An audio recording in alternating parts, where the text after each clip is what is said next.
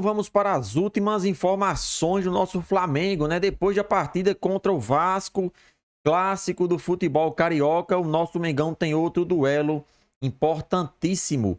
Outro clássico agora contra o Botafogo.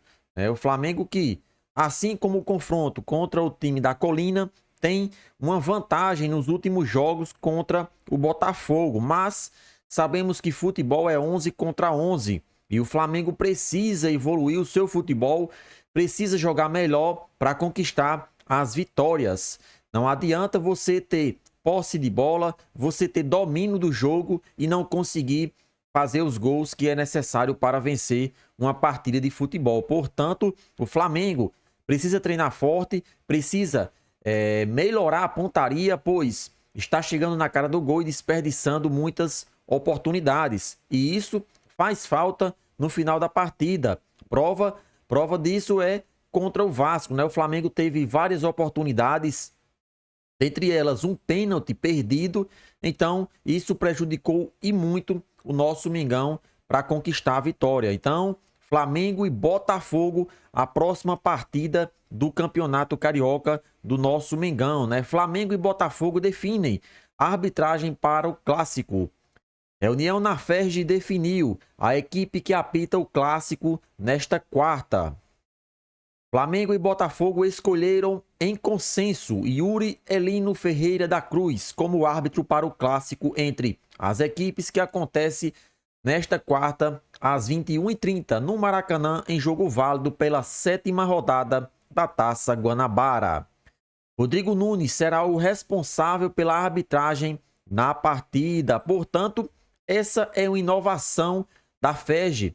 A FERJ priorizou que, nesse momento, os clássicos deverão ser escolhido o árbitro em consenso, ou seja, as duas equipes terão reuniões antes dos jogos para analisar e fazer uma votação daquele que seria a melhor opção para apitar esses jogos, né? Na minha opinião, isso é bem válido, né?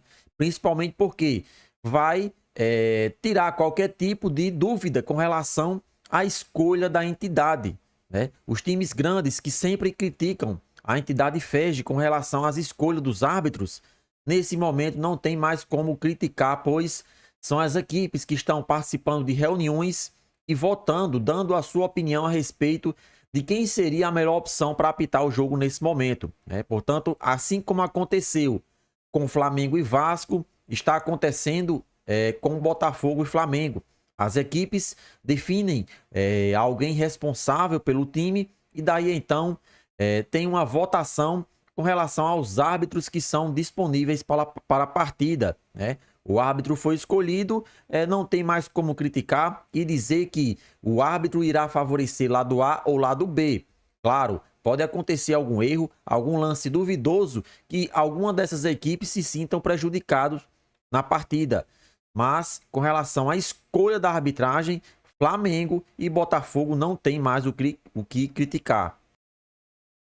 E com relação à classificação do Campeonato Carioca, né? Flamengo e Botafogo que se enfrentam, né? O Botafogo está em uma melhor posição, são 6 partidas disputadas, 3 vitórias e 2 empates e uma derrota. Já o Flamengo vem com apenas 9 pontos, 5 partidas disputadas, com um jogo a menos, 2 vitórias e 3 empates. O que está chamando a atenção são os empates do nosso Flamengo. É óbvio que a equipe sofreu com o time alternativo, que mandou 2 jogos aí nesse campeonato, já que a equipe principal estava em pré-temporada, então tem que ser levado em consideração essa questão. O Flamengo jogou 2 partidas aí do Campeonato Carioca com uma equipe alternativa e apenas ficou no empate esses 2 jogos, né? Portanto, é um pouco abaixo na classificação, o Flamengo é apenas o 6º. Lembramos que a classificação tem Fluminense, Botafogo, Nova Iguaçu e Madureira. Isso mesmo, Flamengo e Vasco vêm em 6º e 7º da classificação. Portanto, essas duas equipes aí precisam melhorar. Caso contrário, pode sim ficar de fora das semifinais. E ainda falando sobre Botafogo e Flamengo, a Federação de Futebol do Estado do Rio de Janeiro Apresentou uma lista de 4 nomes para os dirigentes André Mazuco e Bruno Spindel, representantes de Botafogo e Flamengo, respectivamente, escolheram uma equipe. Spindel rasgou elogios ao processo da FEG na escolha dos árbitros, especialmente por ter recebido o clube após a partida contra o Vasco, marcada por polêmica em um pênalti no fim, e mostrar as imagens que basearam na decisão.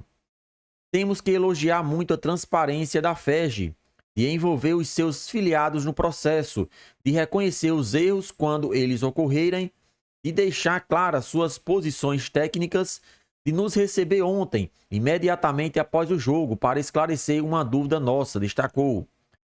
Mazuco destacou que o movimento da FEG pode ser importante no sentido da profissionalização de todos os envolvidos do processo da arbitragem. A gente espera que seja um profissional que entenda o tamanho da responsabilidade, que possa fazer a melhor condição possível do jogo, independente de quem já errou, porque acho que todos os árbitros já erraram em algum momento. O que a gente espera agora é que com essas ações aumente-se a responsabilidade e o profissionalismo desses árbitros, concluiu. Esse é um novo procedimento adotado pela federação, por conta das reclamações em relação aos árbitros nas primeiras rodadas do campeonato estadual, especialmente nos jogos do Vasco. Por conta disso, a federação voltou atrás no que estava previsto no regulamento e determinou que todos os jogos, com um dos 4 grandes envolvidos, terá árbitro de vídeo, por exemplo, né? É uma novidade no Campeonato Carioca, nesses jogos aí do estadual. Antes, não tinha árbitro de vídeo em partidas consideradas normais, sendo que apenas um grande estivesse participando. Agora não. Se Flamengo, Botafogo, Vasco e Fluminense estiverem envolvidos, terão um árbitro de vídeo até mesmo para amenizar os erros e tentar consertar aquilo que o árbitro não consegue ver dentro de campo. Na minha opinião, deveria-se adotar árbitro de vídeo em qualquer partida oficial do Brasil. Tem que ter. Infelizmente, não podemos mais cometer erros que só o árbitro de vídeo consegue resolver tendo várias câmeras à sua disposição. Em uma partida de futebol, em que o jogo é bastante corrido, infelizmente o árbitro pode ser que não consiga ver o lance mais duvidoso. Então, árbitro de vídeo nesse momento é imprescindível para que erros gigantescos e grotescos não aconteçam mais e prejudiquem o futebol brasileiro. Então, a FEG deveria colocar árbitro de vídeo não só em partidas que Flamengo, Fluminense e Botafogo e Vasco estejam envolvidos. Tem que ter árbitro de vídeo em qualquer partida do futebol. Só assim erros não serão mais cometidos ou então diminuídos no futebol brasileiro. Essa é a minha opinião. E na opinião de vocês? Já chega, participa do nosso vídeo, deixa a sua opinião, comenta nos nossos vídeos, compartilha para ajudar em nosso crescimento.